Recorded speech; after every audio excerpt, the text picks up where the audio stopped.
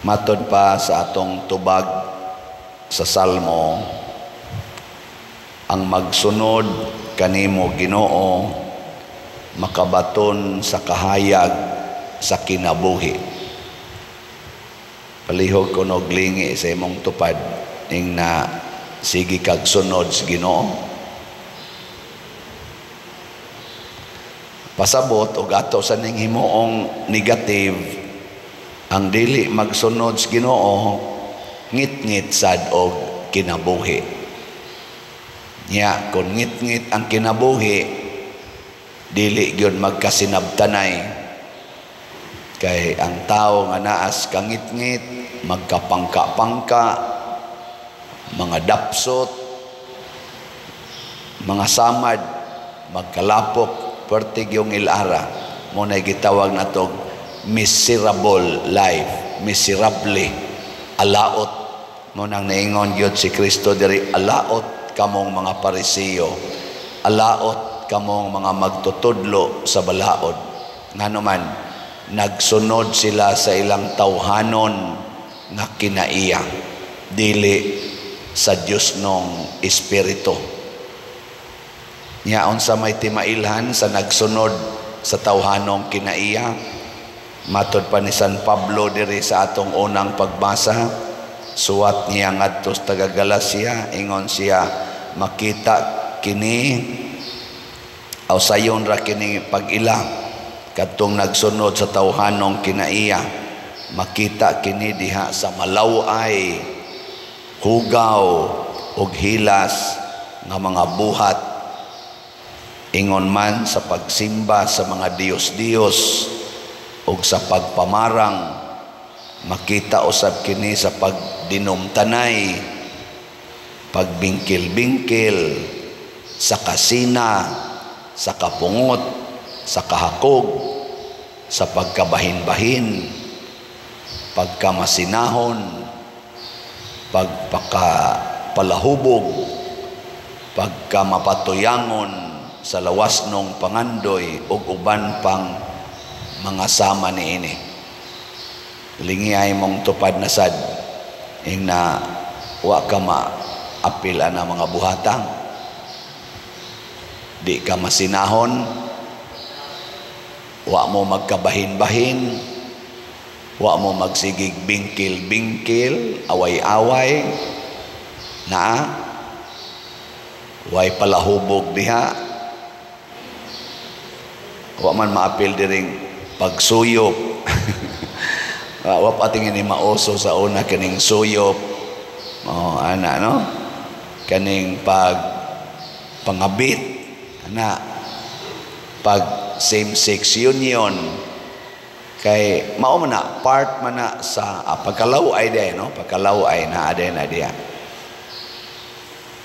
Nganong miserable mga atong kinabuhi kung kining mga butanga atong sundon tungod kay pulos gini para sa lawas, gitawag na to lawas nong katagbawan. Musod na gay ng atong pangandoy sa lawas nong katagbawan, maggubat na kita kay lain-lain mantag pangandoy. Pero matod pa diri ang Espiritu sa Dios, matod pang San Pablo, ang Espiritu naghatag sa gugma, kalipay, kalinaw, pailom, kaluoy, kaayo, maminatudon, pagkamapaubsanon, o pagkamapugnanon sa kaugalingon.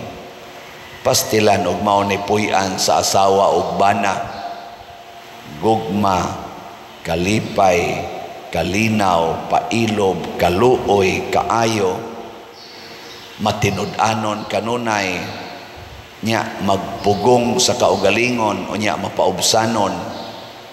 Sa inyong paminaw unsay mahitabos pamilya? Ha? Di lang malinawon, balaan pagyod, muuswag pagyod. Unya kun mao ni puy-an dinis parokya, Ang pari di na magyaw-yaw. Pero mangoreksyon lang yapon sa period o kama. Ang pari dili na magsigi og patuyang sa kaugalingon. Ana, hasta sang mga parisyoner kusog na sad kayong mopaambit sa ilang grasya. No? Dili na sad mga hakog, dili na magpatuyang sa kaugalingon. Ang uban mo simba lang kung nanay sakit. Nga di pag yun muhog sa kolekta. Mangayo pag yun og donasyon. So, doble mo sa atong pildi ani. Oh. Nga naman, kanindot di ay kung magsunod ta sa sugo sa Ginoo. Mabita nang ako lang tingin na sige balik-balik kay hastang ako mga igagaw, ako mga higala o kamong mga daghan-daghan na gyud. Kaning mga scammer, rabi lagi ni sikat kay ni si Rosemary. Karon na ako yung mga text na dawat pader, kuan na pader, i-aware ng imong mga kuan kay grabe na gini mga scammers. So unsaon man nato, nagsunod maguni sila sa yawanon nga mga kinaiya. Nya kining yawanon kinaiya mangilad gid ni, di gini matinud-anon. Nya aron dili mo mailad, giingna natamudaan gyud, sige lang gyud kog remind ani, sunda gining atong mga official nga informasyon. Asa man na ninyo makita ng atong official information, anha din sa atong online mass panahon sa kanang whole mass gid ba, kita gani mo og platform na ang gibutang pulos ra gyud mga kanang shortcut sa akong humili, kanang reels, kanang sana TikTok style, dili gyud ba whole mass kana, dili na akong channel, dili na nato official channel. Basta igtan-aw ninyo sa Facebook o sa YouTube nga wa siya'y whole mass na post of klaro na nga dili ako, pero dili gid na sa uban mo post og whole mass. Unsaon man pag ila nga ato jud ni siyang official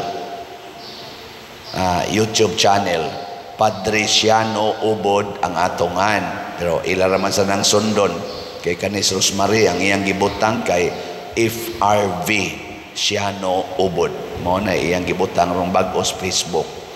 Kay sa una Father Siano Ubod man to, karon gi FRV. Hinaot unta Rosemary og imo man ang alias, di na ka magsunod sa yawanon nga kinaiya. Huno nga ang pagpangilad sa mga taong manggihatagon. Dako kay nagtulubago ni mos Ginoo. Daon kung wadyo ka mahadlok og silot, imo sad na. Pero kita sad nga magamping sa tagitawag og exercise og prudence. Unsa may prudence nato? Sunda gyud ang atong information dinhi.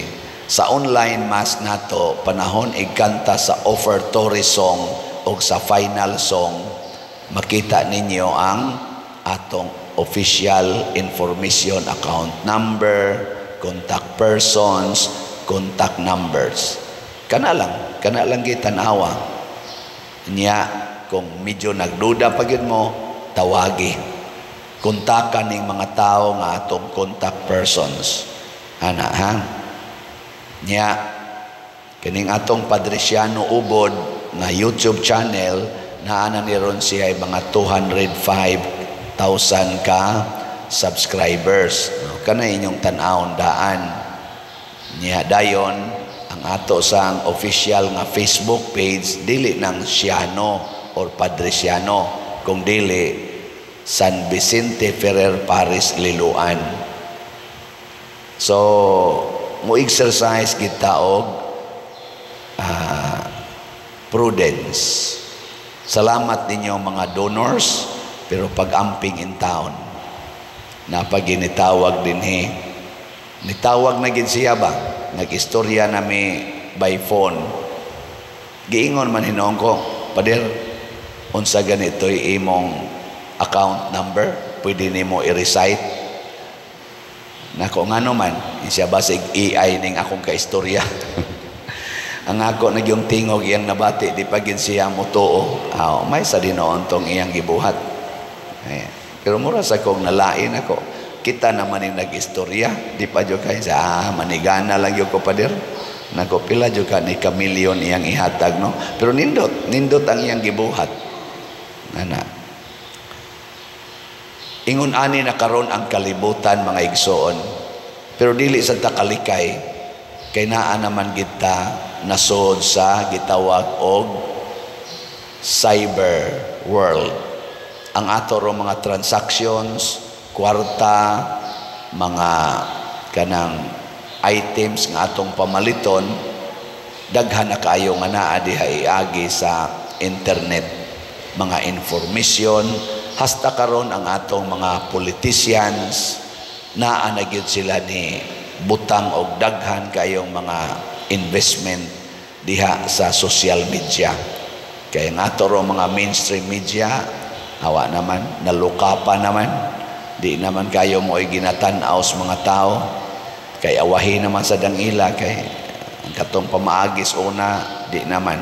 Maunang nidaghan sa doon ang mga tawag ko na ito, mga trolls or mga dili tinuod nga mga information.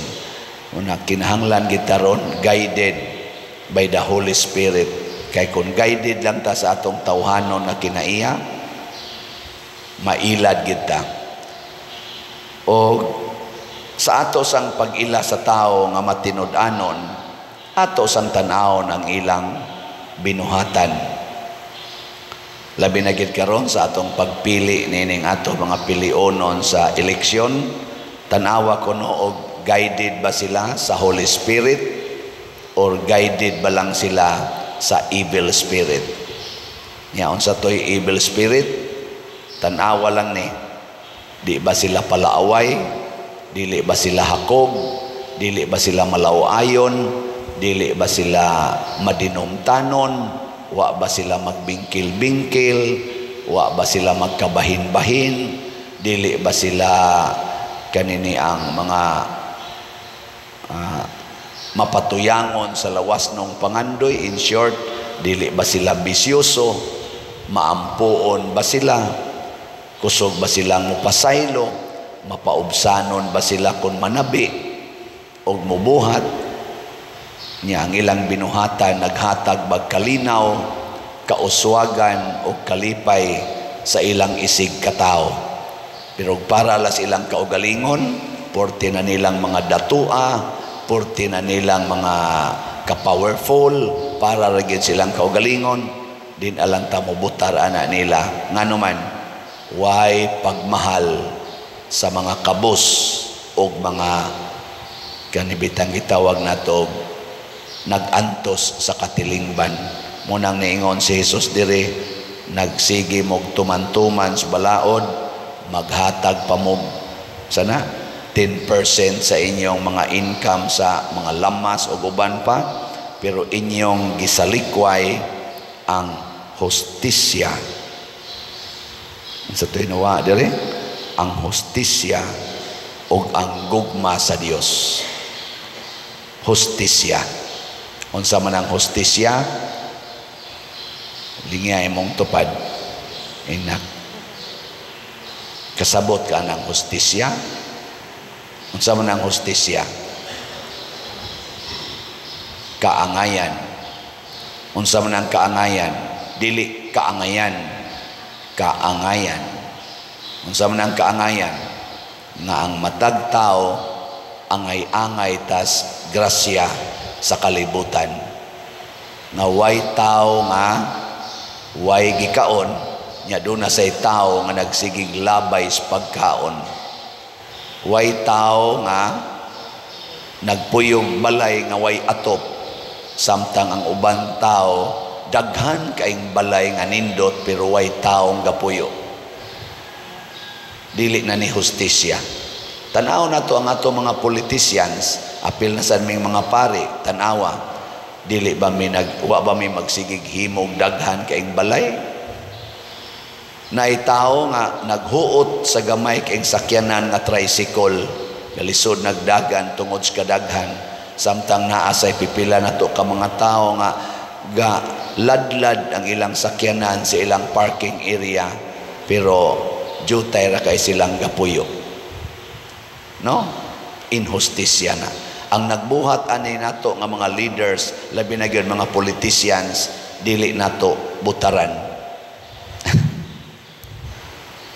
Lagi, inhustisya man na ang ilang gibuhat. Bisan pag mga batid kay na sila sa balaod, may kay na silang musubay balaod, matod pang Kristo lagi, tanan yung gibutang sa balaod nga 10%, ihatag yun. Pero wa mag-practice og hustisya. O kana sa mga tao nga way pagmahal sa Ginoo, kana bang magsigig promote anang mga buhat nga yawanon, mga kalibutanon, careful sa taana. Kay kung magsigi sa tagpalambo sa tong kinabuhi niya, wa tay Ginoo, abot yung panahon, mahugno ra gyapon ta. Kay ang Ginoo mao may atong guide. Mo nang niingon kita sa atong salmo, ang magsunod kanimo Ginoo, makabaton gyud sa kahayag sa kinabuhi. Kanang wa magsunod sa Ginoo nga mga politicians o mga leaders, i-condemn na nato. Di tamo suportaan na nila. No? Sige, lingay imong tupad. Nakinsay imong butaran. Ayaw lang. Ay lagi sulti kay personal na nato.